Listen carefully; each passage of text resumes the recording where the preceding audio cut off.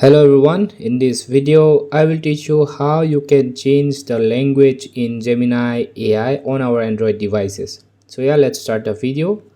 First, what we have to do is go for Google. Don't go for Chrome. Okay, we need to go this app. There are two Google, so basically they both are Google, but we need to visit this for this task. Okay, just tap here and you will find your logo on the top.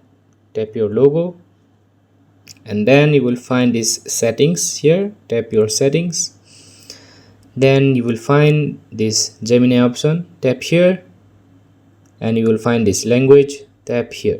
So as you can see, there are two language. It says main language and secondary language, so we need to change our main language to a different one. By default it will be English. Tap here. So now you can change to any language you want. Okay, so here is, as you can see, there are all sort of languages.